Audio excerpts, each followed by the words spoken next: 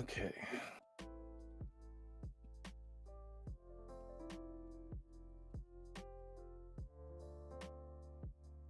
We'll give everybody like 2 or 3 minutes or so to get in, get some settings going. How long have you guys had the Alpha 2 pack? I want to say October of 22. Almost 2 years. Okay. Yeah, I've got like this whole thing inside my Discord server of like all the cosmetic packs that are released. I'm gonna go see which pack you got. Oh, that's gonna be embarrassing. Embarrassing. We got the best. We got the best one. The flaming one. We'll discuss it here shortly, but yeah. I'm trying to find it. You said October 2022. Yeah, I think that was it. We had an entire like a little ox with a cloth on its back. Yep. And like a cat. Mm-hmm. And the cat. What's embarrassing about it? What? The cat was cool. Nice had like a 30-minute meltdown on one of our podcasts about it. What was the pack that was like your last chance to get an Alpha 2? What was that one? January this year, the Necromancer themed one. Yeah, that's the one that I got. Yeah, that's the best one. I just felt like most people were gonna have it, but I did want some things out of it. The Caravan one specific. It's wasted on me. Like I'm the last person to care about cosmetics. Yeah, I don't care I just at all. wanted the Alpha 2 key. I'm the same boat. Like when Nice is like, yeah, have you seen our cosmetics? It's like, no. I looked at it on stream at the time because I didn't even know. I don't care about cosmetics. Yep. It could have been Alpha 2 key, and then all the cosmetics are like Wisconsin cheeseheads, and I still would have bought it. I would not have cared. Oh, let's not go that far. I'm just kidding. Well, I mean, like the galleon ships, though. There's a lot of cool galleon ships in there. All right, we good to go? I'm gonna switch mine over. All right. Hello, gamers. Hello. Welcome on in. All right. Good evening, Lemons, Cracks, Ludo, Trent, Gatherer. How you guys doing? So let's go ahead and get into this. Get this started. Welcome to. Wait, actually, I keep asking you, Elston told me 3 times what episode it is. It's 54. Right? 54. 54. God dang it. Oh, that's man. all right. You got it this time. I have faith. Gonna be Lemons, thank you for subscribing. Thank you, my friend. All right, so welcome to episode 54 of the Voices of Verra with myself, Nice Gaming, and Mr. No One here, and of course you, the Voices of Verra. As always, you guys keep this show going. We appreciate you being here. Thank you for being the Voices of Verra. Today we have a very special episode, and we have one of you guys' favorite series in the Guild interview series. Today we are joined by the Guild Black Sails, and we'll be talking with some the GMs, the co-GMs of that guild today. And we have a lot of stuff going on. And we are off to a crazy start. We already have a question in chat from Paulie Wrath 420. What y'all think about the narc stuff with Vladis? I think it's none of my business. Let's not discuss it on this platform. I think that's between those two guys. If I have to give a take on it, take number 1, not my business. My overall opinion on it, if you had to get it, is actually, I'm not even going to voice my opinion. I'm not even going to voice my opinion. That I'll just let that be between those two guys, and this ain't the platform to discuss it. But yeah. That was a hell of a no answer. Nice. Like it just seemed like the entire time you wanted to say something, and you just kind of like teetered on that edge. Like, should I say something? Should I not? No, yeah, I'm my not. PR guy right here just tapped me on the shoulder. Oh, gotcha. Oh man. So let's see. Before we get into everything, we would like to introduce the guild members here. We are here with Ragnarok and Jen. I was literally about to say Gin. What is my spelling? We are here with Jen and Ragnarok, the co-GMs of the Black Sails Guild. What we would like to start off with, well, before we get into them, anything you want to say or anything like that? You're pretty close, honestly. With your second, no, I was waiting for Nice to say something. No, I'm just kidding. No, I'm ready. I'm ready to get into this. I talked to these guys a little bit before the podcast, and so I have some questions to bring up, and yeah, this should be a fun one. Awesome. So nice for Congress. Yo, let's start with mayor. We'll work our way up to Congress. Okay. So let's go ahead and get into this. So let's go ahead and get the general question. You guys, I'm sure you guys were prepared for this one. You know it's coming. Tell us about your guild, just overall. We'll have specific questions, of course, but tell us if you had a sales pitch, if you have a couple minutes to say, and someone's watching right now, they're still on the fence. They know they got to get a guild for Ashes of Creation, but they're not sure which one is for them.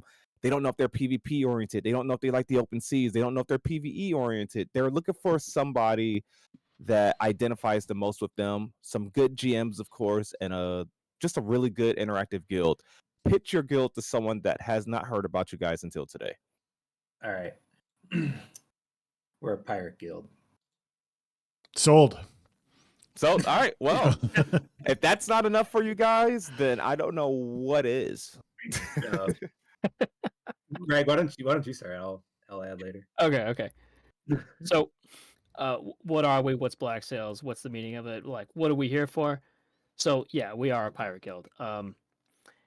We created this about like 4 years ago as a PvP like enthusiast community because we were tired of like going from PvP MMO to PvP MMO, and like our buddies weren't like following along to each new PvP MMO because they found other interests, and we got tired of starting over because you make like 20 to 100 friends, then you never talk to them again.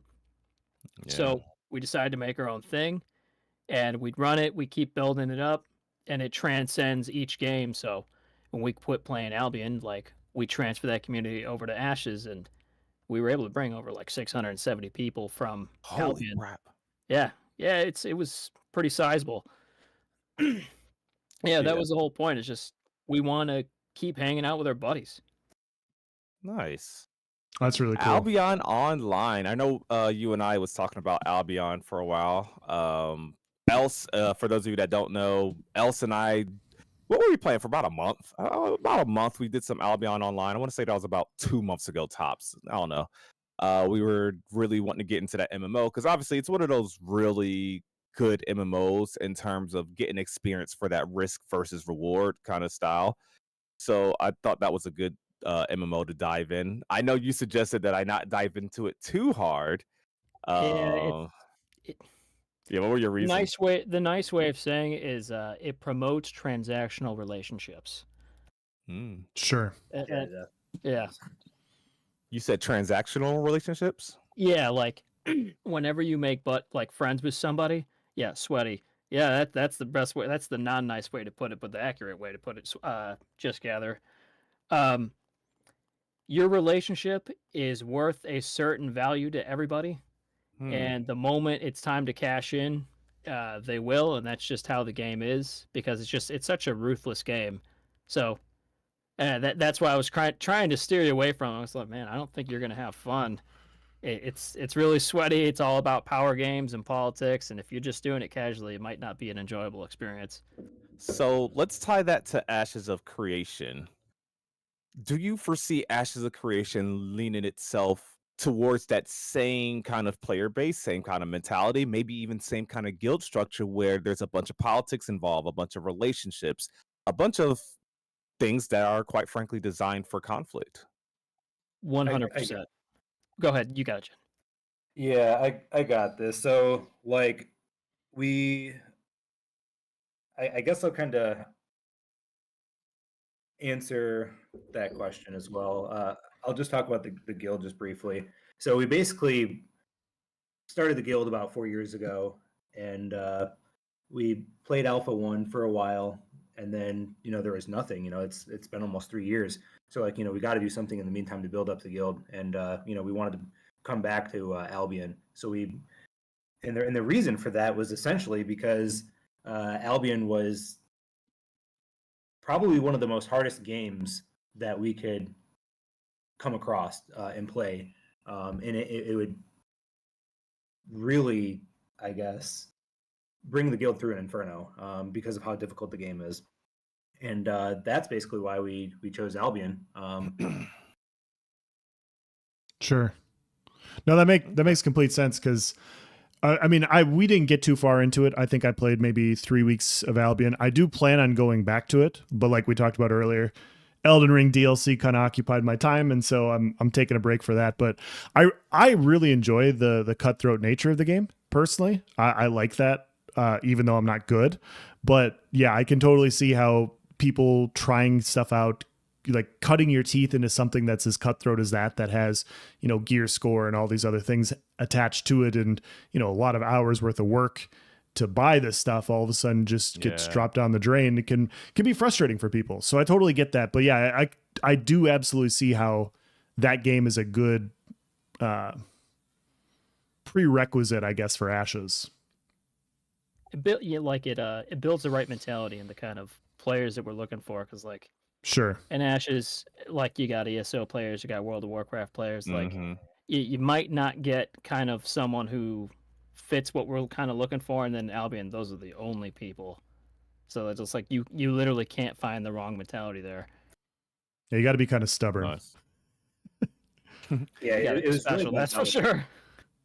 So you guys said you brought like 600 plus from Albion Online, which is huge because as you acknowledge, it's hard to get a guild revolving around one game to transition. Like, okay, we're gonna play this now. Oh, we're gonna play this now. Like I've run into that just managing some discords. Like, and I'm sure no one can speak to this as well. But like, me and him started off as like go hard, full time ESO. This is my game. I like it. Everything's sunshine and rainbows. And then our communities are no longer in that state. We're interested in Ashes of Creation. We're interested in this, and everyone's just playing different games. It's kind of hard to get a whole community, or in this case, a guild, to transition to a certain game. Like, okay, guys, we're gonna play this now. Yeah. So, how many guild members do you say you'd have right now, like ready to go? Ashes of Creation, they're down for it. And then, furthermore, would you happen to have a statistic on how many of you guys have Alpha 2 keys? As I would imagine, maybe a guild would want to keep track of.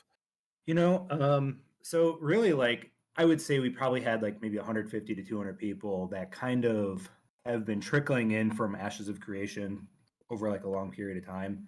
Okay. And then specifically Albion, that brought in a lot because we played Albion for, almost, I would say 3 years. That's definitely more crazy. serious as for 2 years. So like that build up process, definitely took a long time. There might be, just people, hanging out in the server, whatnot, but we've converted a lot of Albion people that had no idea, let's say what Ashes of Creation is, or, they might have just seen like one video from, Lazy Peon, and, they haven't really been too committed, but, they are interested, and, they did want to, choose a guild. So we wanted to recruit people, bring people into, let's say, the Black Sails Guild, and then, say, hey, there's a reason to stick around, and that's for Ashes of Creation. And sure. And it has been really, really successful on, the retention of, just playing a game in the meantime while, there's a future for the guild. So That's I guess that was the angle that we took to build up to that size. Yeah, that makes a lot of sense. And nice. I was actually talking to these two a little bit before you hopped on. And this is something that I brought up as well that you mentioned, was how hopping into one game, like we talked about, played ESO for 7 years, and then my entire Discord is revolved around ESO, and then when I switched to something else, it almost felt weird to have an entire community dedicated to one game and then being like, okay guys, I'm going to play something else. And it's always cool to see guilds that are just like, yeah, we're going to stick together with whatever game we hop into. And it's just like, it's something that I've never really seen, I guess, or experienced myself, where you have people willing to just go from game to game like that. So I think that's really cool. So I guess that, you kind of mentioned something really important there. And that was the reason why we really played Albion, was because if we just go directly into Ashes of Creation, we are not going to be prepared at all. Yes. Sure. And we certainly did not want to do that. Like, you need officers, administration, people just willing to help in certain areas, people to know what they're going to be doing when Ashes of Creation comes, and kind of finding their place in the guild. And if you're doing that as Ashes of Creation launches, you are going to go through a very rough and turbulent time. And the reason what made Albion so great was because it basically brought you to the extremes of any scenario that you can think of. Oh Like yeah. if something was going to fail, you figured out almost instantly. It failed You know, immediately, and it failed hard. really hard, and people got upset, right? And it could basically lead to a mutiny, or like let's say like a coup, or I don't know what would like I guess insurrection or something like that. Yeah. Yeah. Where they basically try to take over the guild, or they just make enough people mad where they just take half the members and basically try to leave. And to be able to manage that and navigate that throughout the whole time is very difficult, extremely difficult. Yeah. Oh, wow. I've had guilds in the past in other games that I've ran, and the guild that I always ran, I always had like a very specific focus on what I was trying to do. Like, hey, we're gonna be warring a lot, we're gonna be fighting a lot. Because we're doing this, we require 100% participation from everybody. If we don't harbor any ill will towards anybody, but if you come here expecting protection and you're not gonna put in your fair share, like you're not gonna be here for very long. We want everybody to participate. And so most people that when they joined in, they knew what they were getting into.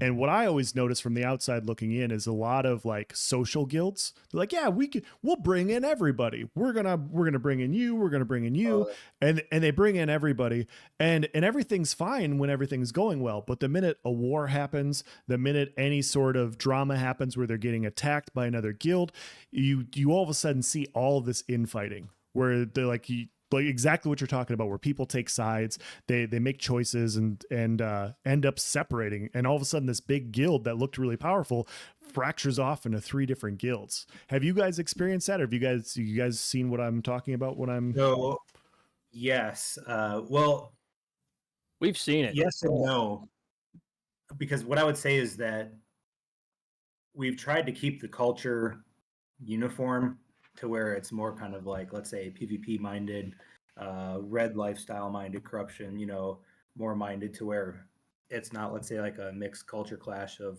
people that are, what our guild would call care bears, but people that are not so aggressive, people that are, more of like the World of Warcraft, type of players, rather than like the Rust type of player, or like an Albion type of player, where they're definitely more aggressive, and they have a purpose, and they winning is much more emotional and in the moment, and if it doesn't happen, then you're not trying as hard. Yeah, there's definitely a culture clash, and so we try to avoid that by basically keeping like a similar type of person in the guild.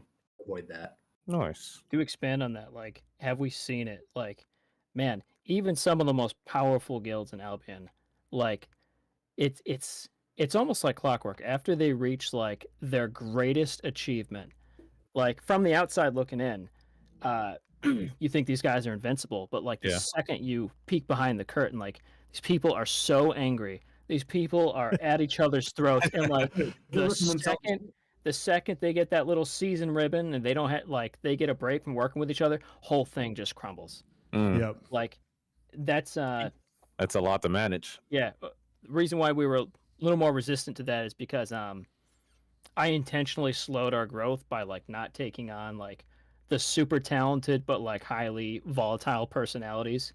Yeah. And like Oh. we definitely would have grown faster if I didn't just freely throw out like the really talented volatile people.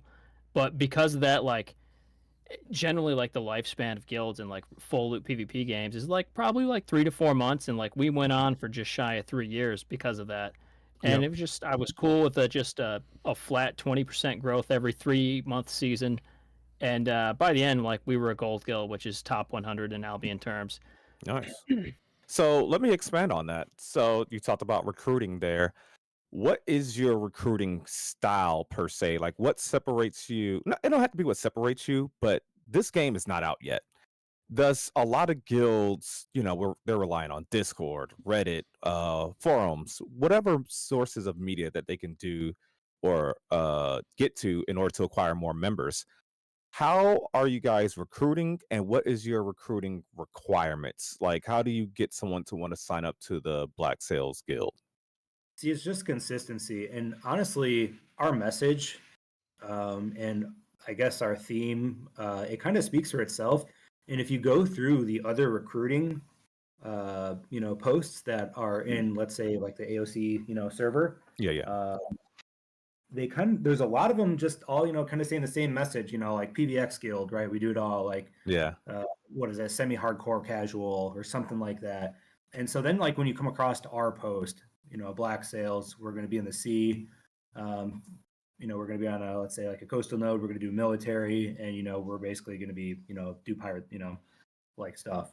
And it gives a clear image of exactly what we're doing, and a lot of people like that, and it just draws them right in because they have an idea of what they're doing rather than just saying like, oh, we're going to get a node, we're going to get a castle, we're going to be server first this, we're going to be server first that. And like a lot of people, they have the same exact message, to pretty much an extent, but we're able to kind of provide a specific on what we're exactly doing, and that draws definitely a lot of people in.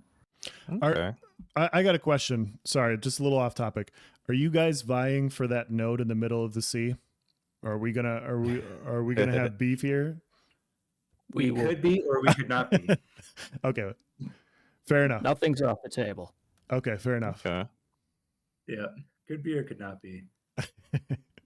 As far as like the recruiting process, on like, it's kind of more like what Rag said. Like, you basically fill out an application. It's very short and brief, but really it's just trying to bait answers out of you, and just to see what you're going to say, to try to determine, like, are you going to be a strong personality? And really, like, the key is trying not to have too many strong personalities, and if it's manageable or workable, like within a group of people, because working with a group of people is by far significantly better than one person being, let's say, 10 or 20% better than the next person.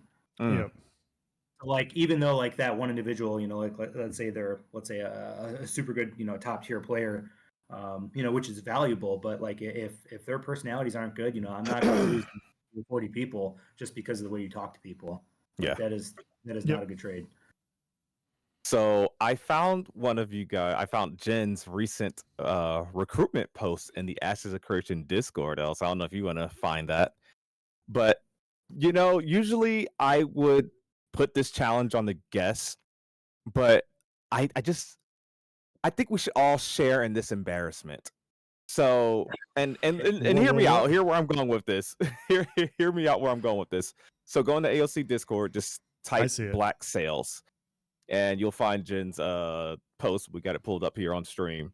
All right, I see it. So else, I have a challenge for all of us. Here's what we're gonna do, chat. And chat, you can judge us, you can clip it. We have to read this guild posting, but you guys probably know where I'm going with this. It's got to be in a pirate voice. It's got to be full on pirate voice. We're going full role play. This is we are not an RP guild, bro. This is not what. Oh, I see that you guys are hardcore PvP. Yeah. Are you serious? Okay. So let me explain the name for a second. So like anything that can like save time and like make this like less of a job should absolutely be taken. So like when we named it Black Sales, anyone who clicks the join button, like they don't have to read any of this. They know that they're joining a guild that focuses on PvP and ganking, right? Like just 2 words kind of tell you everything you need to know about the guild, and it saves a ton of time. So like that's why it's called that. It does lead to some misconceptions about us being an RP guild and saying YAR and all that, but like I can tell you, we are not in fact that.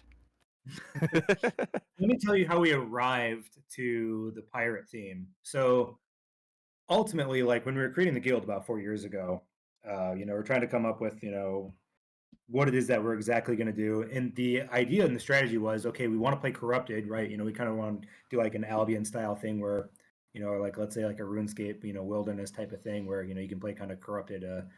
And we're like, okay, if you're a single player, right, and then you're red, blue players are going to obviously, start massing up and eventually killing you. And You know, Sure. there's no way that you can survive like that. So you need a group of people. Yes. But the same thing can still happen, right? So like even if you're on a ship or something, or like you have like a group of like 2 or 3 or 4 people, you know, they can still mass up and kill you. So like you needed a way to just get away, because how do you get away? How do you really get away on land? And then the idea was, well, you can just get a ship, and then you can get away on your getaway ship, and they can't just drop a ship in the water. They actually have to go to, let's say, a coastal node, drop that ship in the water on the dock, and then come and find you. But if we just got a ship ready and waiting, you know, that's our getaway car. So that was how the pirate thing came up, and then that's how we chose Black Sail. So it was all in the name for, you know, PvP. Yeah, Nice. I Not don't an RP guild. I don't know if So I don't know if Nice has told you, but Nice and I definitely want to be pirates. I think that's why he wants to go full in on this pirate RP. So Well, he can You know, You we're go doing right this- ahead, doing this. man. We're you know what? You guys owe us one. We're about to do this BRB. for your guild recruitment. By the way, if one of you Oh my can post God. a link to your Discord on the YouTube platform, we'll pin it over there as well. All right, so I guess we'll start. And I know chat, I know you guys can't really see it that well on, you know, Discord view.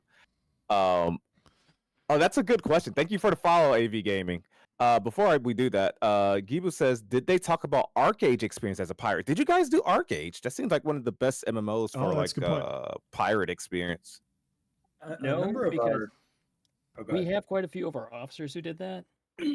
But myself, like, I looked at it and I strongly considered it, especially after how much Steven went on and on about how he wants to mirror that sort of the naval experience in Ashes. So I'm like, maybe that would be worth our time to like push our guys to do that. And then as I did more research on it, it was heavily a pay to win game. I'm like, Yeah. damn it. Otherwise, absolutely. But I mean, dude, after 3 years at Albion, it's like heavily pay to win.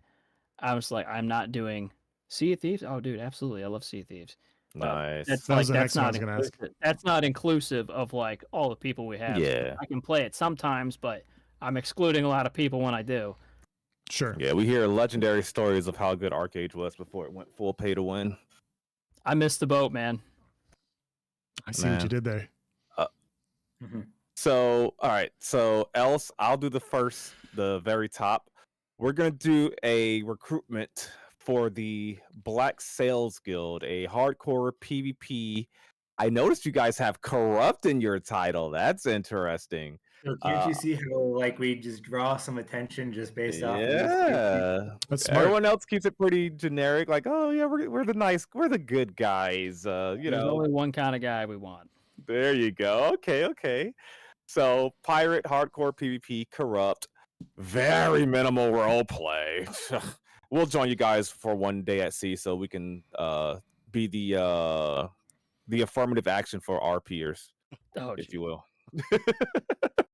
How about this? I will type Yar one time in open chat per All week. caps. No. You got to do that as you're like pulling up on someone's ship. All right, here we go. Recruiting for Alpha 2. Let's see. We are a very large, hostile pirate empire that will run the oceans with the iron fist. I say ye, patrolling, sinking the ships, pirating everything. We will have 100% full grip control on our castle from the start. Siege Metropolis, have every ocean advantage, and have complete access to all ocean content. So I say, come aboard. We focus on large-scale content, patrolling the oceans and coastal land, and complete domination of our region. We know exactly what we are doing in large-scale combat. Our guild has been actively building in Albion Online for years in preparations for Ashes of Creation. We have very skilled shot callers, infrastructure, officers, leadership, and bloodthirsty PvPers, all awaiting for AOC. Oh gosh, that was so hard. I got through it though. That was pretty good. That You had a mix of like piracy with Jamaican in there for a little bit. Nice. Yeah, It's like it just little bit of kind of like Dominican in there. switched over. Yeah, just a little bit in a few of those words. But that was really good. How about this? A Dominican I've pirate. noticed whenever I've done a pirate thing, it's been like one word or R. When I had to read a whole thing in pirate, as I got halfway through it, I was like, holy crap, this isn't meant to be done for a full conversation or a sentence. Yeah, I'm like, this is a long post. I'll be impressed if it gets through all of it. All right, so other than that, it says, oh, you'll have a full alliance, 4 guilds, 1 purpose, all black sales, 600 to 800 members, organized infrastructure, communistic system, more and more. Else, you will read what we will do and players we want, everything under what we will do. And wait, time out. I just want to double check something. I think I just saw $100 and something donation from Kirkoff. My alerts aren't working. No way.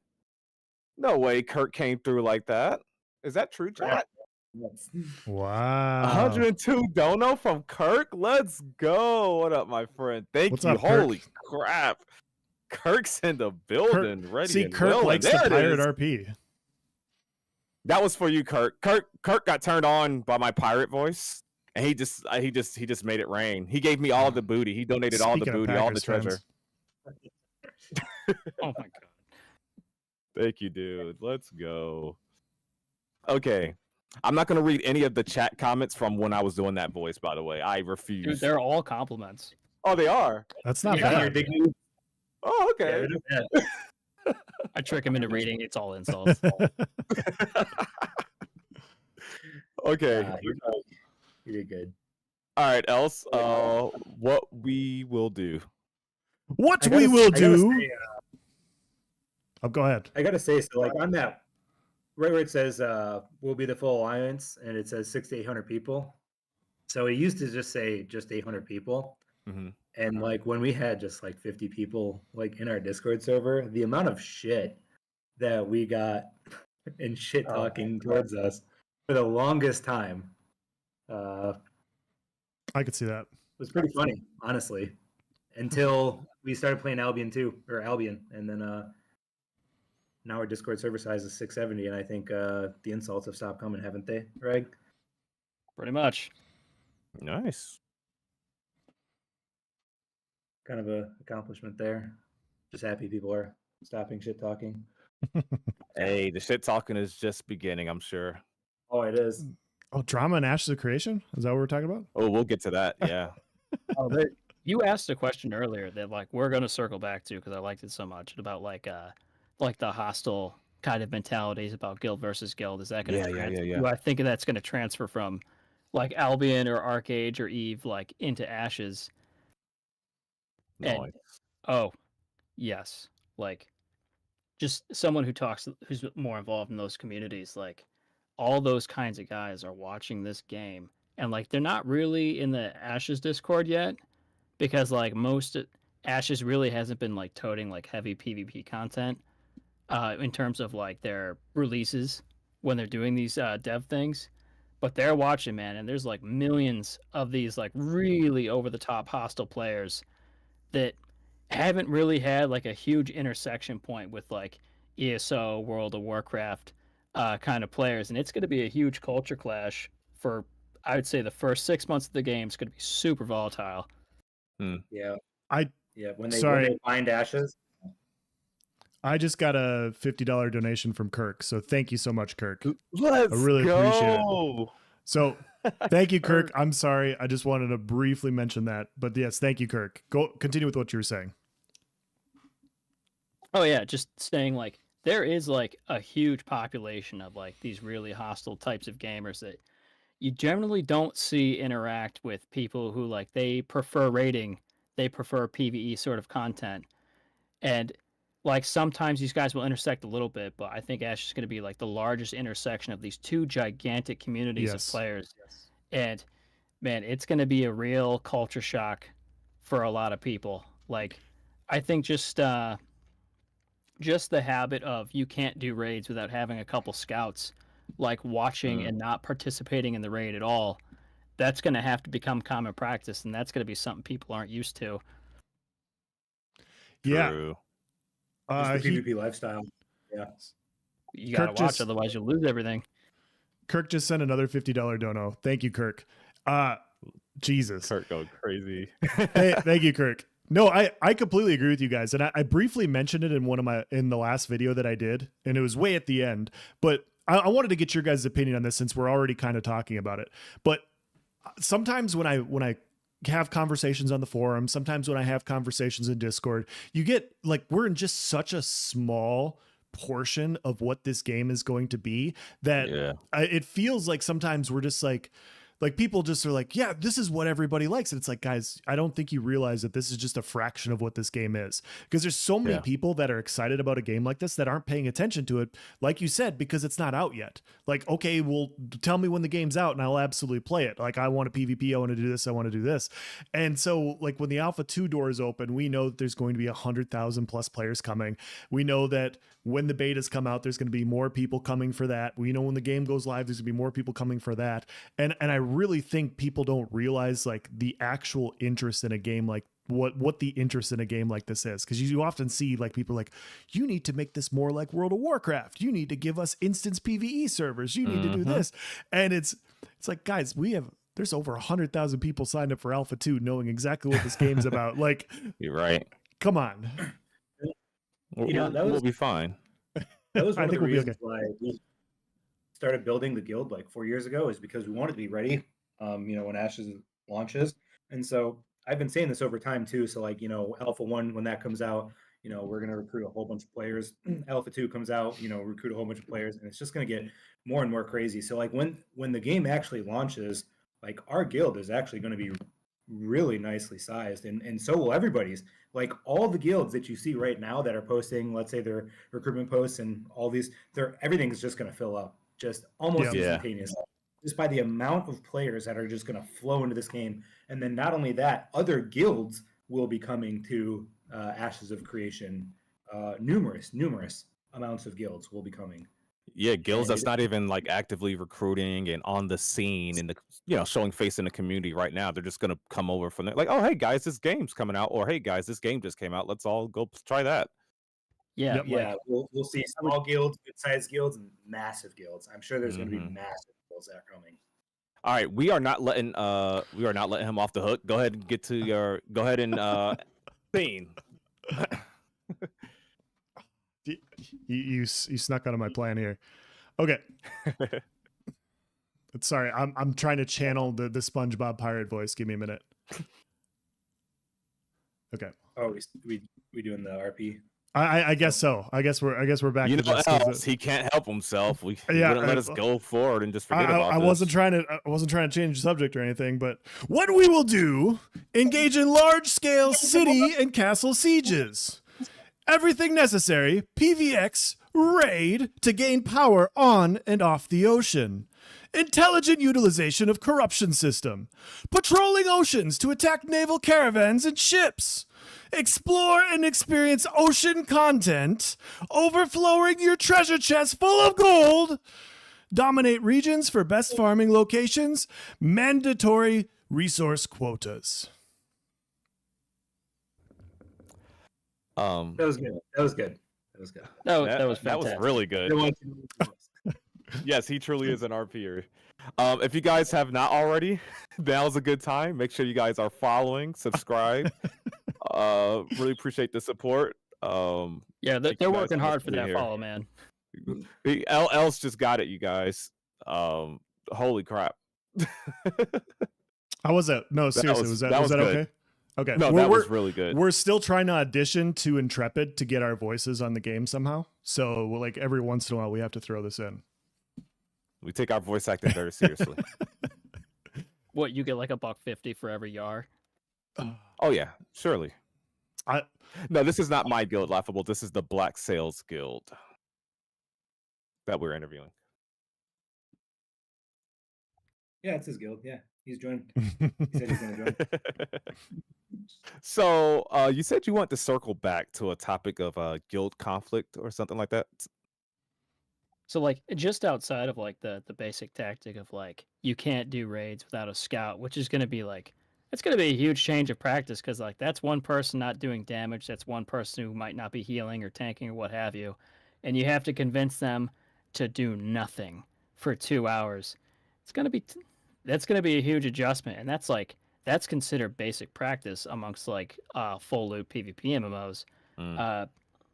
Beyond that, there's going to be a lot of like large culture shocks, and that just how far a hostile guild is willing to go to gain an advantage. Like they'll put spies in your Discord that will stay there for months. They might even stay there for up to like a year just to like just gain information. You find them, you ban them. They'll just make another alt, fill out your little application, tell you everything you want to hear, and just have it in there. And so it's what they're willing to do. So like you have to structure like all the announcements you have for your guild in a way that like it doesn't tell the full story, but it gets everybody where they need to be. Yeah. It's it's going to be a total change of practice. And Yeah, we definitely learned that. Definitely learned that. The espionage is going to be real. I think there's a lot to dissect there. I think it is indeed going to be a culture shock for Ashes of Creation. I think a lot of people hear open world PvP or PvX, but they don't really grasp it. Like I think a lot of them aren't prepared for these inter guild conflicts, as I'll call them. I think I've said multiple times, but like we see this Node War footage here in the background. But I think the thing that I want to see the most, or that I'm interested in the most, is guild wars. Because I've said this before, and I could be wrong. This is just me assuming with the little knowledge that I have. But I think node wars are going to happen decently frequently. And when node wars happen, I don't think no one's going to take them personal per se. I think if some random node on the other side of the continent declares a node war against you and they're going to siphon XP off of this POI upon victory, that's something. They're not going to hate you. They're probably not even going to siege you afterwards.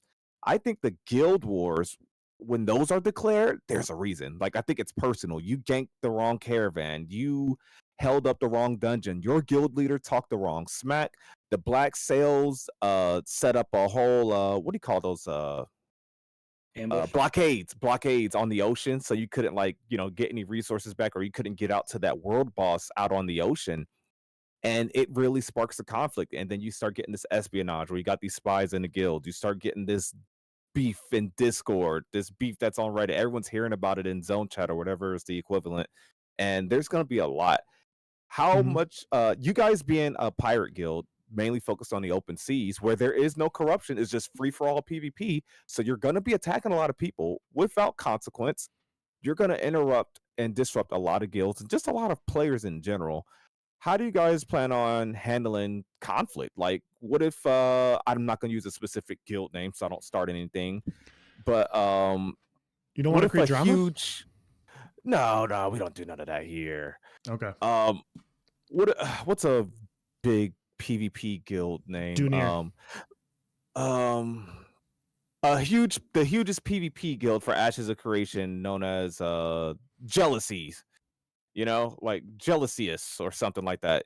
You see them on the open seas, and you guys are just whooping ass because that's like your main focus. You're the pirate guild. You guys got that down pat. You got your ship formations, blockades, all that stuff down.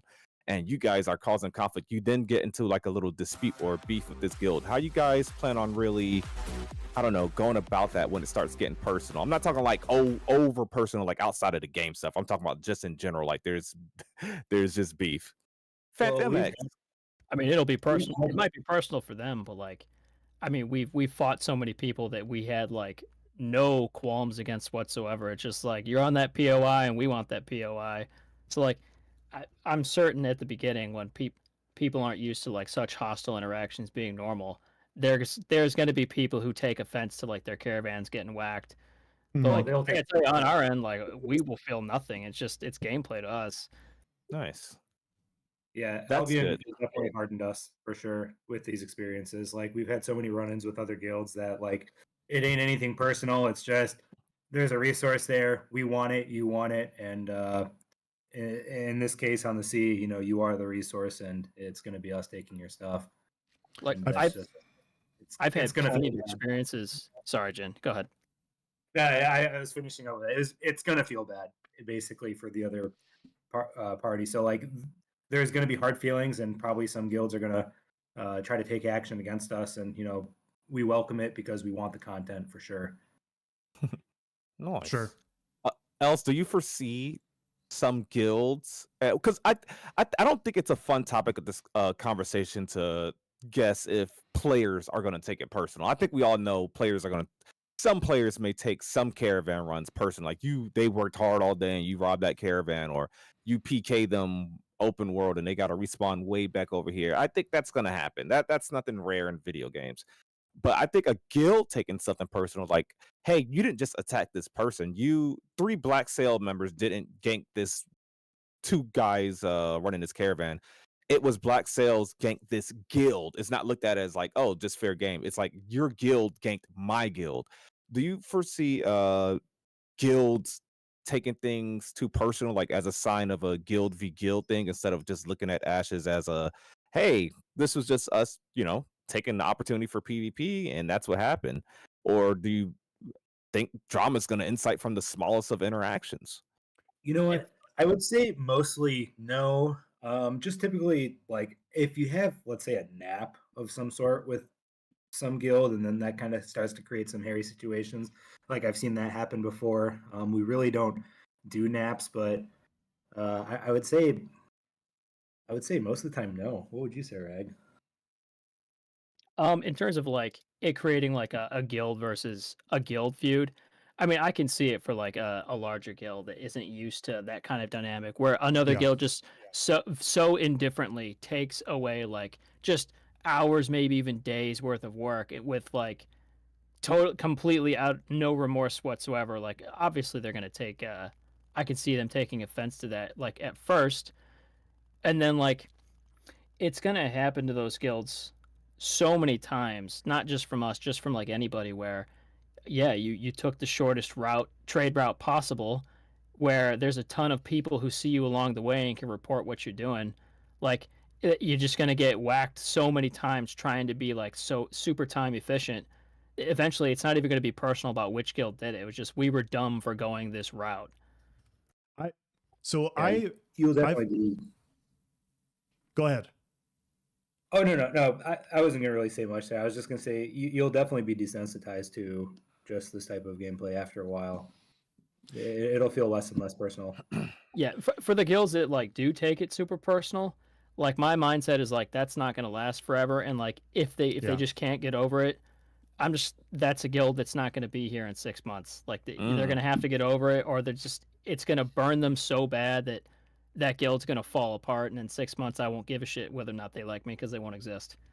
Yeah, that's been my experience in other games like this that have happened, where what's happened to me specifically is my guild likes to fight, and we're a lot smaller than another guild, and we want to fight them because we want to challenge, because we think we're better, and we don't care how many people you have. And they'll posture, and it's not always that they're angry, but they know that they're not good at PvP, so they'll posture and they'll be like, hey, you only have 20 members, we have 200. Do you really want to fight us? Do you really want to deal with us? And we're like, yeah, of course we do. Like, why do you think we're fighting? They're like, yeah, and they're like, are you sure? There's 200 of us. This isn't going to go well for you. And we're like, well, let's find out. And so as a PvPer, that's the challenge you want to have. And as people that don't really want a PvP, they'd rather like puff out their chest and show the bravado of how big their guild is. And it's like, okay, you guys might just be loot pinatas. So let's find out now. Let's find out how much stuff you have. Because if you go that long without getting attacked, and like if one person's going to attack you and it's going to set off the entire guild, you might have some stuff. And so that's how I always view it. So yeah, I think there will absolutely be some guilds that'll take it personally for whatever reason. More often than not, slightly rounding back, I saw some people mention in your chat, Nice, and what you guys talked about with spies. I've always like balanced my guilds around about not caring about spies, because if you just learn how to play, if you just get good, essentially, it doesn't matter if spies are in your guild. Like, you're just better than everybody else anyways.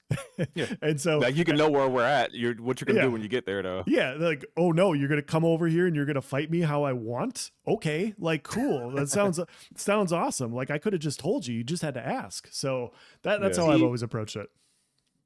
We've learned that the hard way, especially like in Albion, because like you'll get ambushed at the worst possible time, and that's exactly what'll happen. And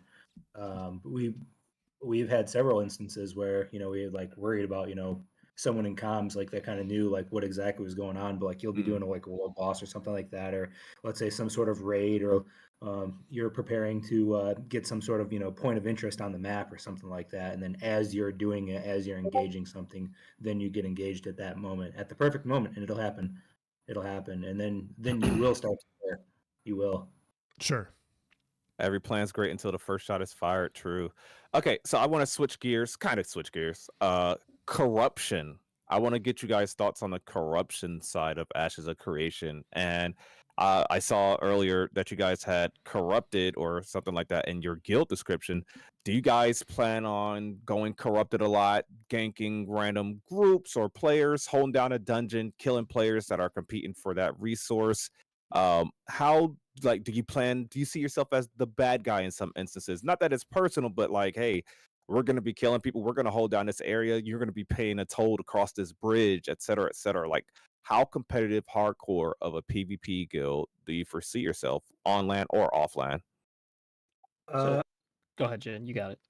yeah, I see us like when we in the beginning, we'll establish, basically dominance in an area, around the node, and that's the plan. We want to have as many of our black sales people that we can at the node, if the node will even hold all of us. And so when there is certain, I guess, dungeons and raids, or within the local region, it's going to be very difficult to, let's say, get access to that, like unless it's some off time hours. But the players will eventually see you one by one, and probably come mess with you. But if it's during main time hours, I'd say that's going to be a significantly harder chance for you to probably try to compete with or try to get access to those things. If it's farther away and it's something that we want, yeah, we'll probably probably just show up, try to take it, and then later on you might have access to it or something. Sure. I guess that's Okay. how I would answer that. To expand on that about like corruption, because we get this question quite often about like what's our plan for like how do we feel about corruption? How do we plan to utilize it as a tool? And that's exactly how I view like the corruption system. It is a tool that will be used when it makes sense to use it. Yeah. So like, are we going to go corruption like every chance we get? No, absolutely not. Because the way I understand it is the penalties are great enough that you will do it only when the gain makes sense for it. And if you're doing it too often, you basically just gimp your ability to play the game. Well said. So, yep. So, I mean, we will do it when it makes sense to do it, when the loot is there. Like, if we know that this group of people is carrying around like legendary stuff and we can get those materials by going red and then we got to grind for the rest of the week, like that's completely worth the sacrifice and we'll do it no hesitation. Yeah. But if it's just like just for the lulls, like I don't do things that don't make sense. Sure. Well said. Well said. That was a great answer right there. I feel like going corrupted is going to be, I don't want to say mandatory, but like if a big guild really wants to hold down and hog a dungeon, I feel like at some point you got to have like a couple of people that's willing to go corrupted, maybe. Like, I mean, if they fight back, obviously it's fair game, right? But if there's like some little lonely quest or little 3-man group that just wants to go see the dragon in this dungeon, you're like, hey, you shall not pass. And they still want to keep passing, and they're not willing to fight you back, you're going to go corrupted. And it's just like, all right, is it worth keeping these 3 guys out? How many of us actually needs to attack these guys? Is it okay to attack these guys? And once you kill those guys and your people, let's say you sent 5 to kill the 3, you send them in the dungeon to go grind off their XP and finish helping, grind the mobs in there. And then you replace those at the front with a different group to watch the door. And I think it'll be that simple. You wrote, assuming that the spot that you're holding down, you can also grind XP, of course. But yeah, it's going to be interesting on how often corruption's actually utilized or becomes necessary. Yeah, we'll see. Like, I think I've only seen a corruption style where like you can have that sort of really nasty sort of interaction where you're just ganking someone with the intent that they can't do anything back to you. Yeah. I've really only seen that like work functionally on a large scale in like a couple of games. Like Ultima did it pretty well. Arcade did it all right. Like that's a really difficult system to really nail down. And like Sure. just looking at how different developers have tried to perfect it without like cannibalizing their player base, but like a couple of guys get really good at being corrupted, so they just make everybody quit. Is you got to make the consequences of going red like really high. Because if it's not high enough, like man, you're gonna have a ton of corrupted players. Because man, it's fun to kill people who can't fight back. Like nobody, every PvPer is gonna tell you, no, no, no, I want to fight, I want fairness. But like that isn't true. True. Yep. They will kill you regardless. They'll And if kill you, there's- they'll feel good about it, and they'll pat themselves on the back afterwards. So like the You just- consequences need to be there for that system to work. Yeah, you're just a number to pad the numbers. Mm. That's pretty much where that comes in. I do have to say, our guild basically when we created like the Black Sails, like there was still corruption in the ocean. Like they didn't come out with that until later, to where like it was just, you go purple. Once you hit the ocean. I gotta say though, like it's gonna kind of be interesting. Like if you just go red, let's say on land, and then like you go to the ocean, and then the negative consequences just stop right there. Because if they follow you into the ocean, then they're purple, and then it's a red versus purple situation. Kind of interesting. I just thought about that. Mm-hmm. Might be an ideal way to grind your XP debt off. Fighting purples, luring them into the No, ocean. being in the ocean where it's kind of like harder for people to find you because they have to go to a naval node first. They have to have a boat. They have to launch it. Then they have to go find you. There's just more barriers to like hunting you down as a bounty hunter. Wait a minute. If like ocean content is prevalent enough, it might actually be meta to grind off your XP debts or your Yeah. criminal rating in the ocean. Like if you're corrupted and like you're really corrupted, say you killed 2 guys like that were grinding in a dungeon, would it not make sense to just go where PvP is open, open shot? One, it's vast, right? The ocean's going to be huge for one thing, and they got to sail way out to get you. You're going to see them coming before they get close. Would it not make sense to just go ahead into the PvP zone? I don't know. That might be a viable strat. Well, But yeah. certainly if you're red, you're not going to be walking around like on land where there's a bunch of blue players. I That's really true. hope Like where can you go? true. Yeah. Can't pretty stay on much. land. That's one of the things too. Like why we wanted to have such a big guild is because if there's a bunch of red players in your node, like not many people going to fuck with you. Yeah. Especially in surrounding areas. Well, the gatherers, like the solo gatherers, certainly won't be there, but I guarantee larger guilds are going to want to mess with you. Yeah. Yeah, New Also, Task too, just had a good comment here in chat. He said it'll be interesting to see how many enemy mobs there are to farm/fight in the ocean. I, for one, and I'm sure you guys as a pirate guild, I'm hoping for a lot of ocean content. I hope it's just not big empty seas for the sake of being big empty seas. I hate seeing underutilized space or like something being big for no reason. Like, yeah, it's massive. Oh my gosh, look at this world, but it's like, what is the filler there? It might as well be a desert. Yeah. Yeah, it's like, is it Yeah, really so many necessary? things to do. Like, how much content, how The many water mobs has- is there? Like I said this before, but I really hope there's like a Hydra or some equivalent boss that has an underwater phase. And I just hope there's engaging content. They said it's going to be difficult content, and they said the best loot will come from this open seas, which is good Good. for you guys. I know you guys were talking about how much you love booty, so that'd be cool. Yeah. I mean, Yeah. if that's not the case, where like it's just purely meant as a means of transportation with like lighter content than land, then we would just transition to like more of an army warfare focused guild where we're just participating in node wars as much as possible. Because I mean, we're a PvP guild first, and like a gank guild second, then everybody else. Everything else is kind of not really important. So yeah, when we were watching node wars, I'm like, man, if this is all we did, like I would be psyched. I know our members would be psyched. You said, first, Haru Charm says, I liked some of the undersea content in Arcade. Undersea cities to dive and sunken ships to dredge. I didn't know they had that. Only MMO that I played with underwater content was Guild Wars 2. I don't know how fleshed out it was. I didn't get to all of it, but just having like the harpoon or whatever, you were able to swim underwater and fight mobs under there. It was, I don't know, I just thought that was so freaking cool to have underwater be a thing. New World could even get swimming and then you got Guild Wars 2 from 10, 11 years ago having underwater content. Like it's crazy how different developers approach games. Now you said Gank Guild just a second ago. Well, yeah. I mean, what else do you think when you hear Black Sails? Do you guys foresee yourself like setting up blockades on the ocean and just really just straight up ravaging every enemy Yeah. ship? Or do you foresee yourself maybe like saying, hey, you either pay us or give us half your load right now, or we're gonna sink your ship, or what is you Uh, guys' I mean, I know this is all like in theory, of all of it. course. All of But it. So like basically in the downtime, right, our players is just going to be doing whatever they want, of course, and which is probably going to be going ganking like with groups of people, and that's oftentimes going to be on the ship, and it's going to be patrolling because that's what they want to do. And then I foresee some guilds paying their way, wanting to make sure that they get their transports, especially probably the more valuable ones.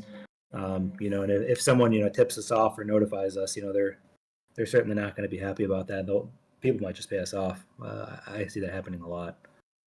do Yeah, I and see Swimming actually make it into New World? I think they will, but I'm indifferent about it. I think they'll add it. It's just it might be too late. Their map isn't designed for it, so I don't know how useful it's going to be. Is the thing. So there's only so many areas where it's going to be like, oh, I can swim across this now. So yeah. you asked earlier about blockades, and it's generally like people who like to gank, which is like pretty much everybody in our guild.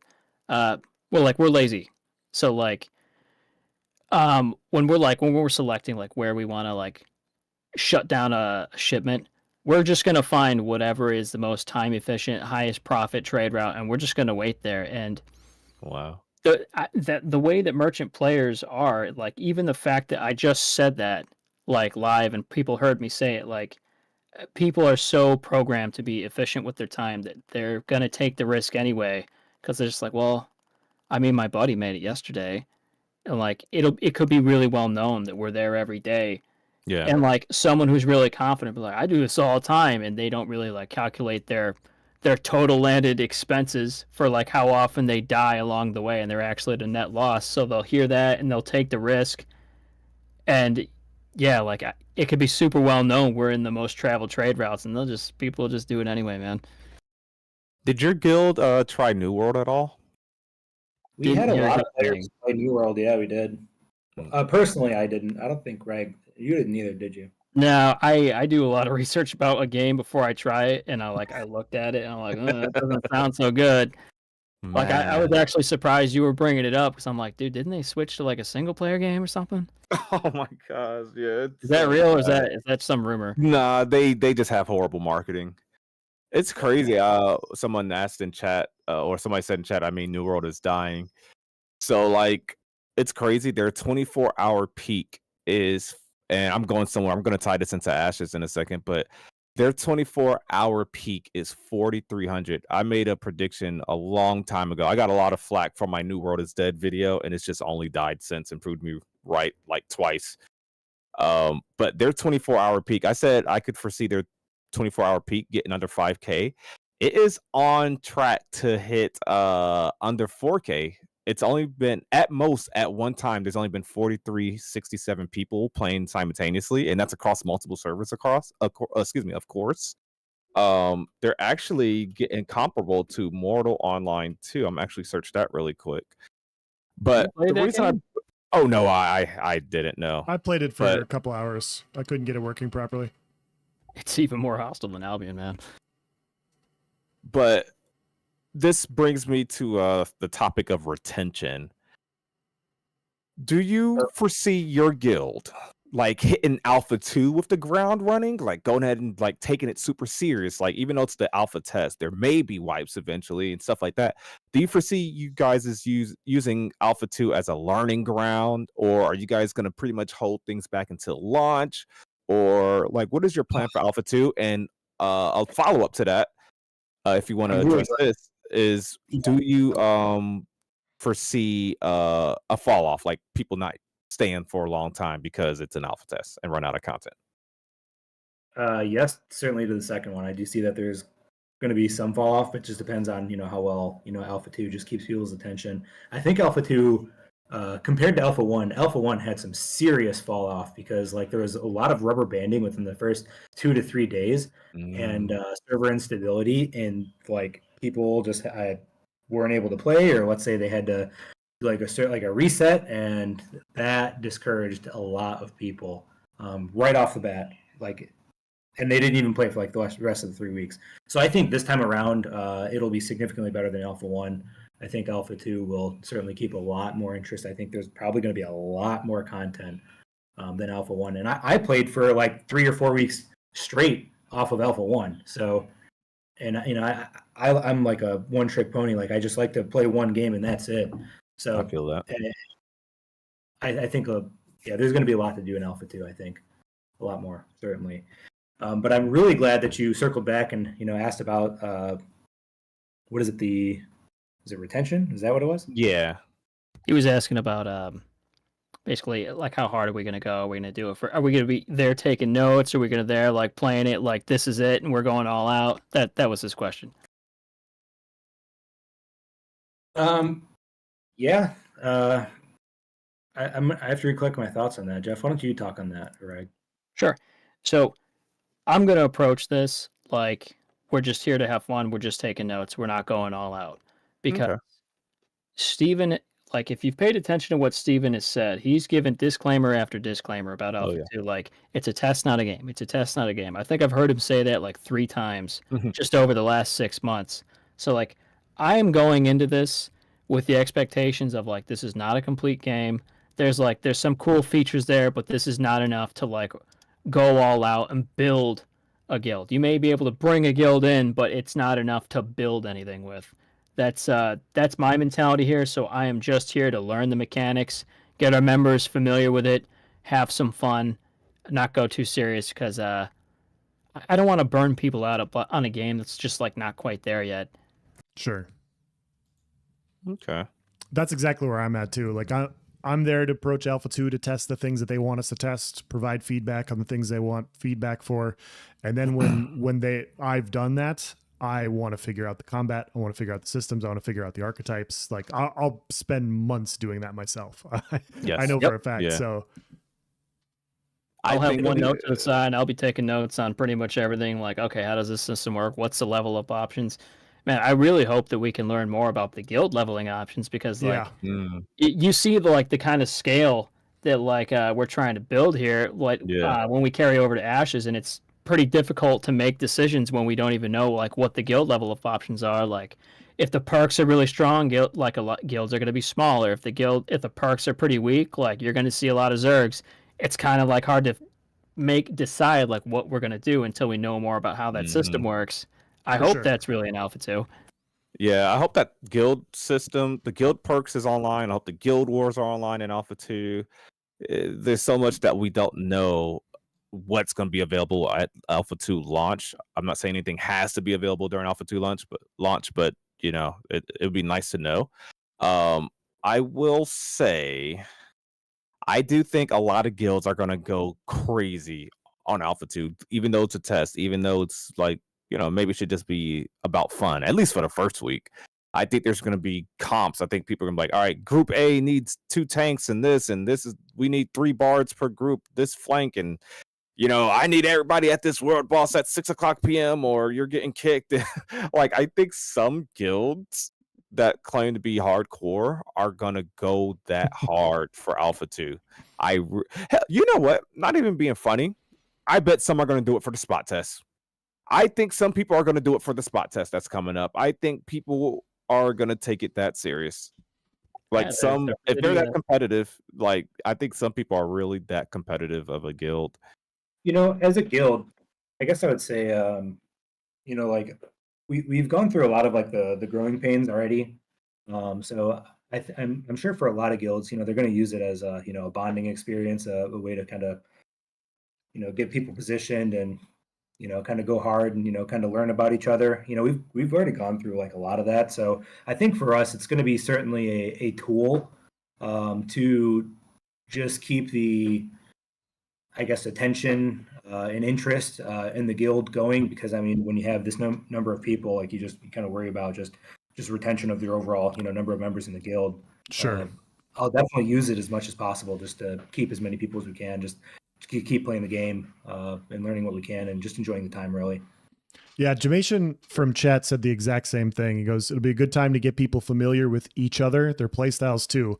Like Discord talking versus in-game playing can be different monsters. Yeah, and figuring out call outs, what skills to like what skills, what archetypes you're going to kind of use as a baseline. That makes a lot of sense to kind of, it's not like everything's going to be finalized, but at least you have a rough sketch of what you're going to do.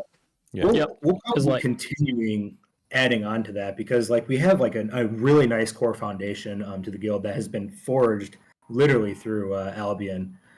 So like we've got a lot of officers already. A lot of people already know each other. They're know how to work with each other's personalities. So I guess just adding more people to that, really, just adding more members to that culture. Yeah. I think in terms of, I'll change it. Let me say this. Do you guys, with it being a test and you guys coming from Albion, I'm assuming you guys right now are kind of in limbo waiting for Alpha 2. Do you think Alpha 2, even if it doesn't have enough content, do you want to keep that your guild's focus, like your main game? Or are you guys going to be focusing on Throne and Liberty as your main thing when it comes out, but still be practicing in Ashes? Like, what is you guys' plan? Because with those two coming out so close, or how hard are you dedicating to Ashes of Creation Alpha 2, I guess is what I'm saying. Well, we really don't have a main guild right now, or I'm sorry, a main game to play right now, because it was Albion. We all went pretty hard in Albion, but man, that game it's a meat grinder. Like it just burns you out, and it burns out your players, and it's hard to retain people. It is really hard to retain people. So really, like right now, like Alpha 2 is going to be the next thing that our guild does, kind of like on a full effort scale. Nice. I got a fun comment here from Blobby Bob. He says, I'm sorry, I gotta say that name one more time. It was just fun to say. Blobby Bob. Everyone say it for me. It's just fun. You Blobby Bob. It's fun. All right. He says, really wanting to see class specific roles again. Hating games that allow one person to do everything. We've talked about this before, but I love having a class identity.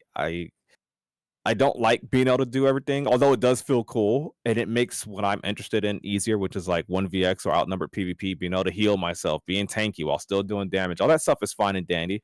But in a game like this that seems to be guild focused, large scale, and with so many different archetypes, I want the bard to feel needed.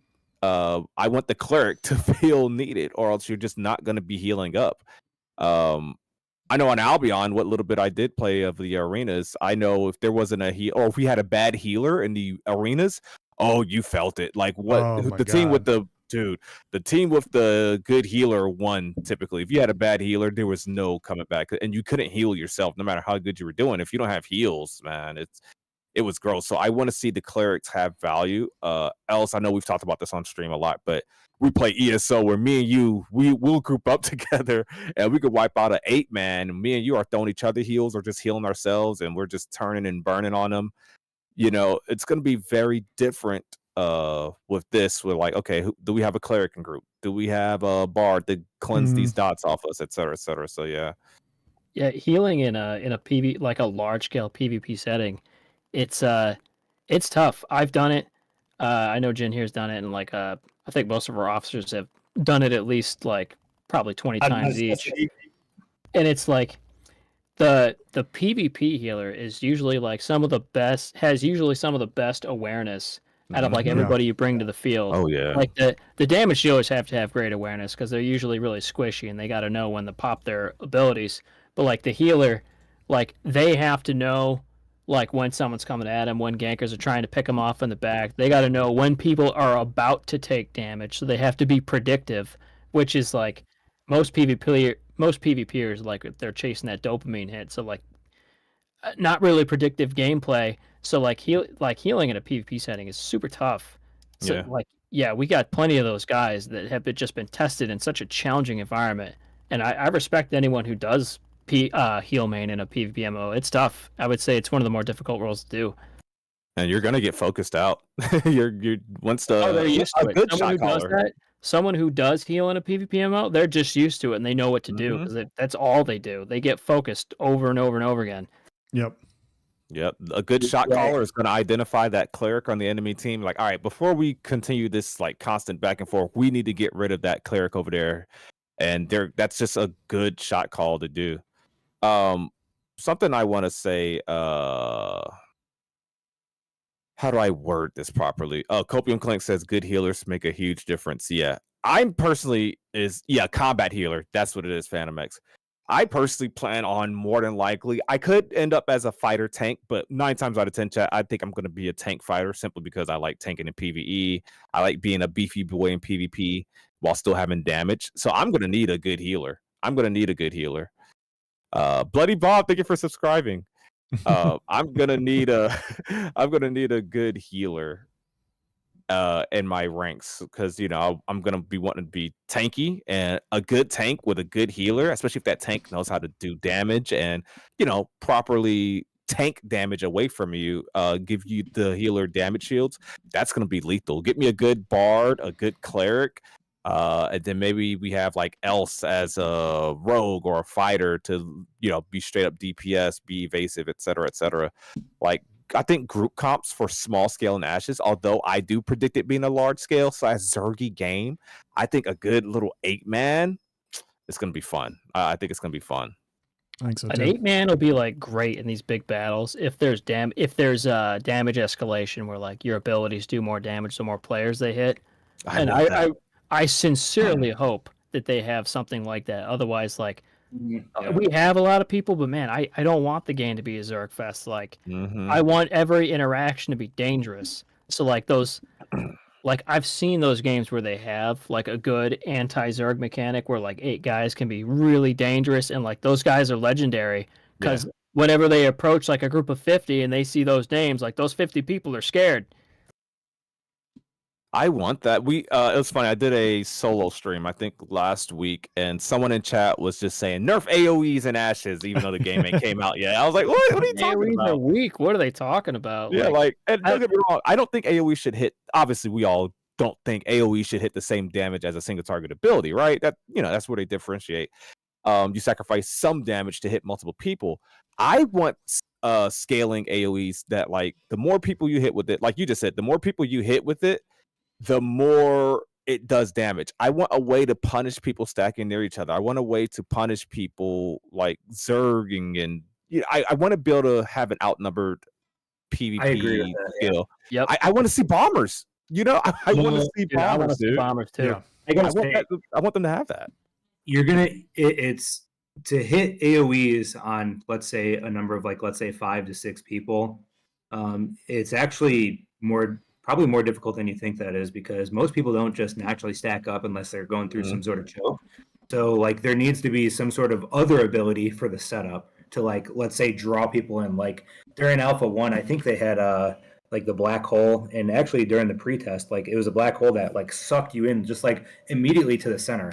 And it was a really wide ranged AoE that just sucked you into the center of that black hole, and it did it really fast and rapidly. Then they kind of nerfed it a bit so that it was more gradual and slow, and it just kind of like pulled you in a bit, not just sucked you right into the middle.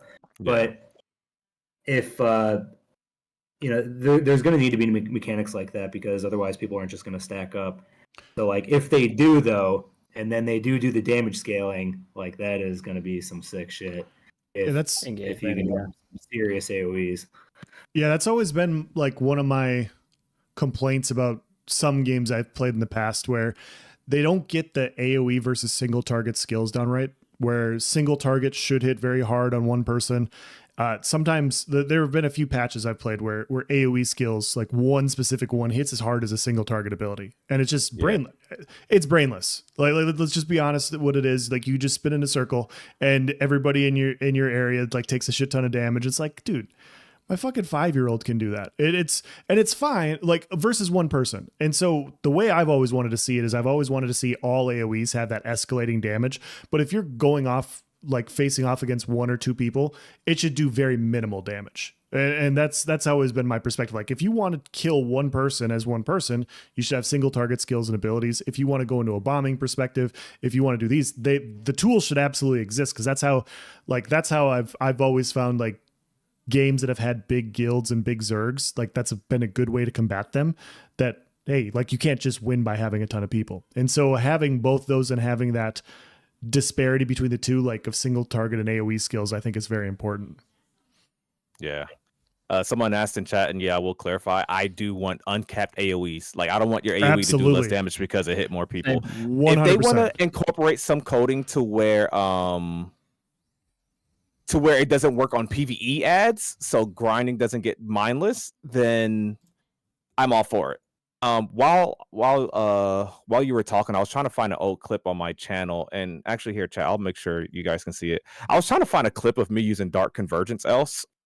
Thank you for subscribing, JT. Always a good discussion here. We appreciate the support. Really quick pause here. We could not do this without you guys. You guys are literally the voices of Verra. We appreciate you. Make sure you guys are followed, subscribed on the platforms, not just myself, else as well. And if you check each platform at pinned at the top of chat should be a direct link to the Black Sails Discord. So if you've enjoyed today's discussion and you're just looking for another guild, or maybe just want to see about them, make sure you if you like what you hear, make sure you check them out at that link. So Else, you play. I think you've played ESO before, right, Else? A couple times, yeah, a couple times.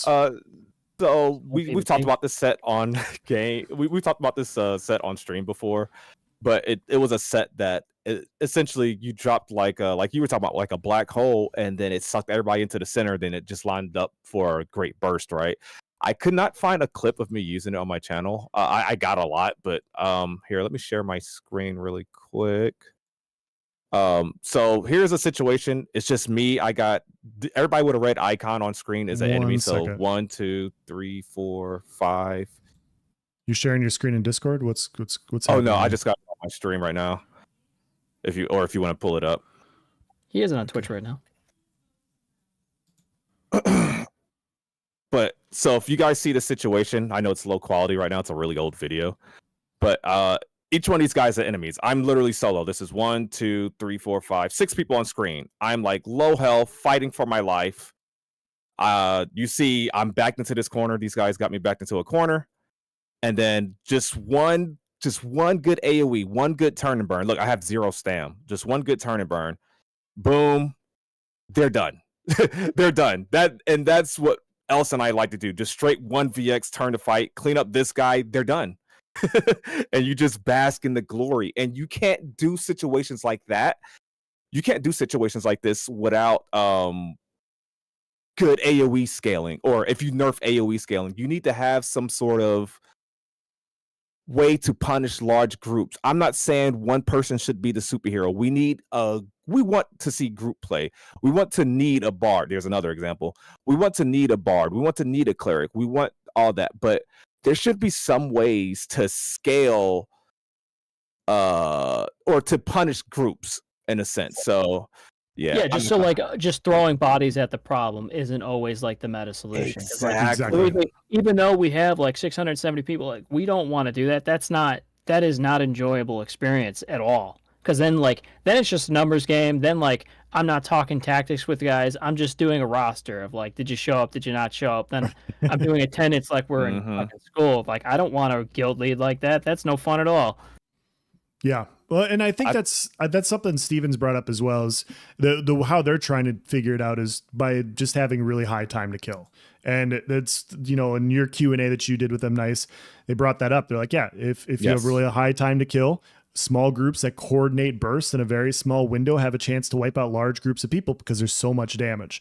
And so it's not the escalating damage, but it's another way to go about doing it. And we'll have to see exactly how effective it is versus larger groups, but I like that approach as well. I'm going to counter you here. I think high time to kill, where like it takes a while to kill someone, that's when you start to see what I call like river tactics, where like everyone lines up and they just run at the enemy, and it takes too long to like wipe them out as they go. So just like they just run you over, and it's just Yeah. this unstoppable tide of bodies that you can't stop, no matter how well coordinated you are, because it takes too long to kill them. I feel Yeah, high time to kill is what happens in ESO a lot, and I know Nice's experience is the exact same thing where you know that group of 8 people that are fighting you and they don't know what they're doing, and you're fighting back and you're like, man, if they weren't so goddamn tanky and if this fight didn't last 15 minutes, I don't have enough damage to kill them, but they can't kill me either, and they're just going to wear out my resources because there's nothing I could do, and it's just like slow, steady bleed out. Yeah, just a slow, steady bleed of death, and you know what's going to happen, and you just are waiting for it to happen. We got a fun comment in chat here from Osiris the Weary on YouTube. He says, "Yo, how do I practice / learn to PvP before AOC drops?" So you mean like practice for Ashes of Creation's combat, or do you mean practice just PvPing? I would personally, I think the closest game combat wise is probably Guild Wars 2. Throne and Liberty is close, but you'll have to like play their closed network test coming up and stuff like that. But yeah, it's just I think whatever MMO you play right now, just get with the group, go into PvP, and just I know it sounds generic or a bad answer, but just practice. Like just play and find a good group to play with and dueling. It's just a 1v1 scenario, but learning to depend on yourself or being able to rely on yourself and have some self-competency instead of just being another guy in the Zerg is what helped me get better at PvP.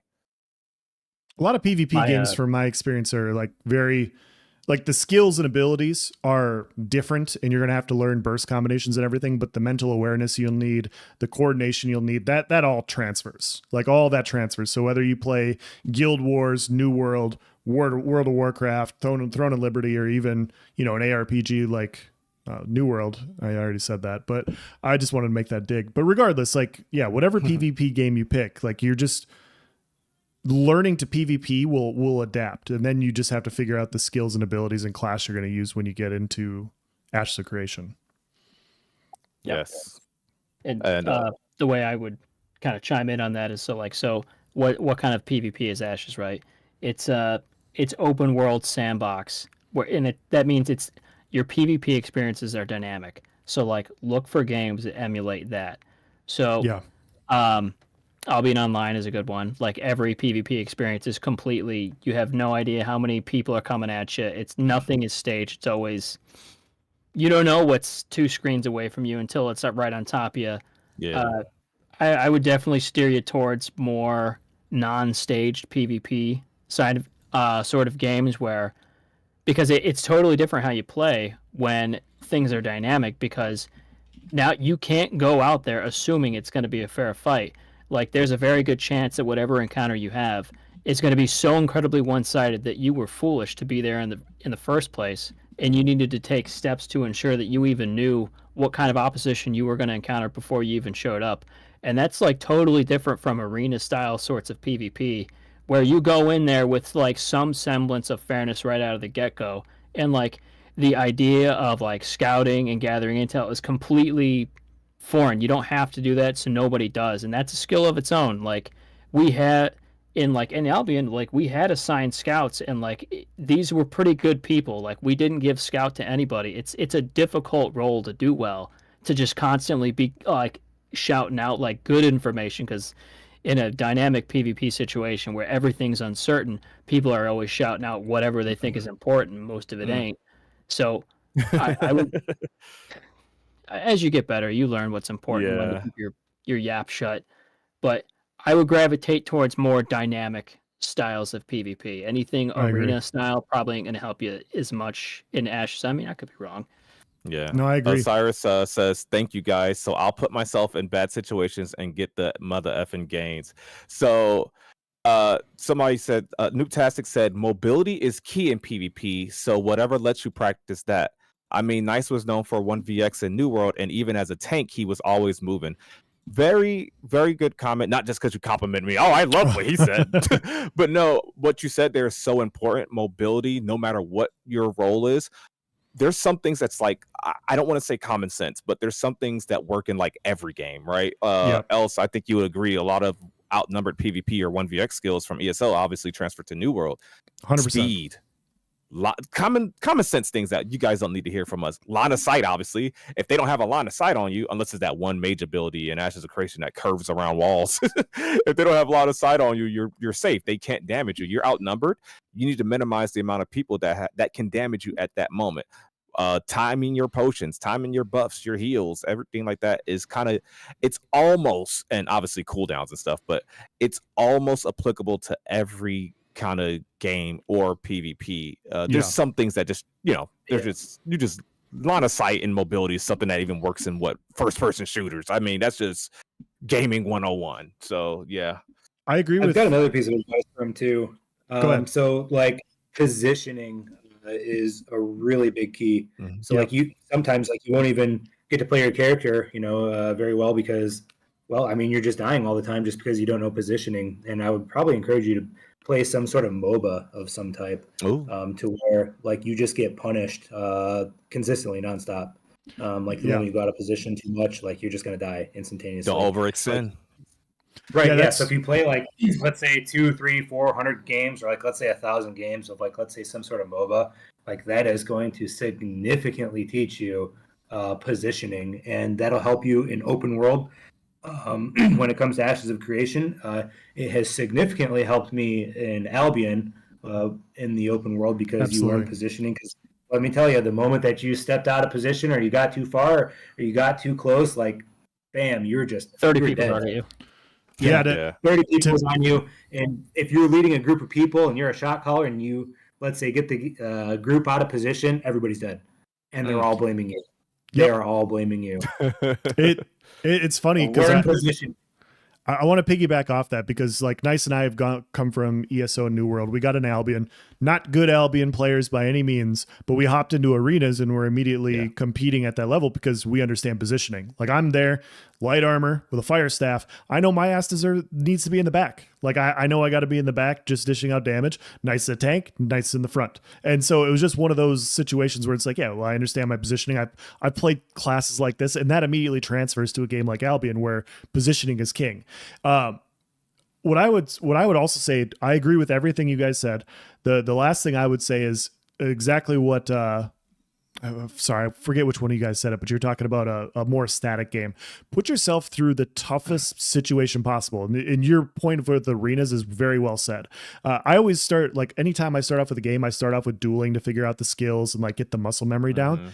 And then I go and I just put myself through basically the video game hell. Like I'm going to go play solo. I'm going to play 1v5, 1v10. I don't care if I win, but if I'm trying to fight like with everything against me, the minute I get in a 3v3 situation, the minute I get in a 4v4 or something more or less balanced, it's just going to be so much easier. So if you can put yourself through that stress of dealing with like severely outnumbered and surviving, and then learning how to survive and then dish out damage and then surviving and then winning, like that just transfers over to 3v3s, larger group scale PvP. Like you're going to be better for all those situations because you know what to deal with when you're getting heavily focused, which will happen in 3v3s and larger scale situations.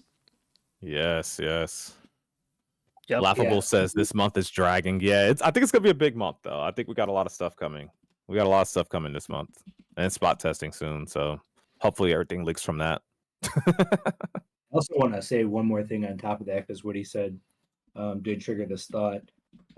When you have a certain class type or whatever that you're going for, like understand like what situations that you're best in, because there's a lot of, let's say, builds that you have or different types of, I don't know, whatever that you decide to do, like there's strengths and weaknesses to everything. So like you might be good at, let's say, like as a rogue, like in a 1v1 situation, but like in a group fight, like you suck almost like in a certain scenario. So like you have to understand like where you're going to be best at and then put yourself in those situations. And then when you do other activities, like you have to realize like you're not very strong in this area and you probably shouldn't be doing that activity and just forcing it, because you'll get frustrated because it's just not going to work.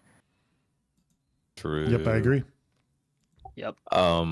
Well, you're gonna tear apart character creator. That'll be your game until Alpha 2 launches. Likewise, dude. So we have been live for an hour and a half. We'll go ahead and start wrapping this up, but don't go anywhere yet. So we have this was fun. This was a really fun conversation that we had with you guys. I like your guys's I don't know, you guys seem like you have a clear vision. I'm not saying that no one else that came on had a clear vision, but you guys seem like you got like everything lined up down to a T almost. And that could be your experience, obviously, playing with the same guild in a different game, which is really cool. And I like the almost corrupted or rather aggressive PvP nature of you guys' guild and being focused on the open seas. So we appreciate you having us. You guys coming on the show. Oh, you're welcome. We appreciate having you too. Hope to have you next week. Yes. Well, I'll tune in. If you guys have not already, make sure you just leave a follow, like the video on YouTube. Make sure you guys are following Is There No One Else? No one on YouTube. What else? Once again, pinned comment. And what I'll do after this video is live on YouTube, I will go ahead and pin the Discord link to their Discord in the pinned comment, as well as a link to our Voices of Verra Discord, which is our Ashes of Creation focused Discord. Focus around this show as well, obviously. But yeah, this was a fun guild talk. We do not have any more guilds lined up before Alpha 2. That may change, but this will probably be the last in our guild interview series. We may do one more before Alpha 2, but you guys stay tuned. This is a big month for Ashes of Creation. We got spot testing coming. We have the Alpha 2 date. We have Bard coming, which is probably going to be a Dwarf Bard. There's so much that's happening. So keep an eye out on that. Once again, this has been the Black Sails Guild. Don't stick around. Don't leave yet. We are going to raid the Golden Feather Tavern on both Twitch and YouTube. If you guys are in chat, we're going to raid them on both Twitch and YouTube. So no matter which platform you are on, I think I got it set up to where it'll do that for us. Any closing remarks from the Black Sails? Yeah, thanks for having us. And you mentioned something earlier about like you like how we have things figured out. And like, all right, so that like means a lot for you to hear you say that. Like, over the years, we've like in Albion, it's specifically for like 3 years straight. Like, we get a suggestion, we try it out, it fails miserably because everything you try in there, if it isn't perfect, fails. And then we refine it, we try again, it fails until like we get things just quite right. And you just shine in a light, like you guys seem like you have it figured out. Like, we do, man. It's been a lot of pain. So I appreciate you saying that. That means a lot. Yeah, A it's lot a of journey. work. I feel it. It was a Actually, journey. Yes. Thank you. Yes. All right, guys. Once again, I've been Nice Gaming with Is There No One Else? And of course, you, the Voices of Verra. We'll see you again next Tuesday. And make sure you guys go raid and welcome on and go on into the Golden Feather Tavern. See you guys. Later. Yeah. See ya. And let's make sure this goes through. 1 second.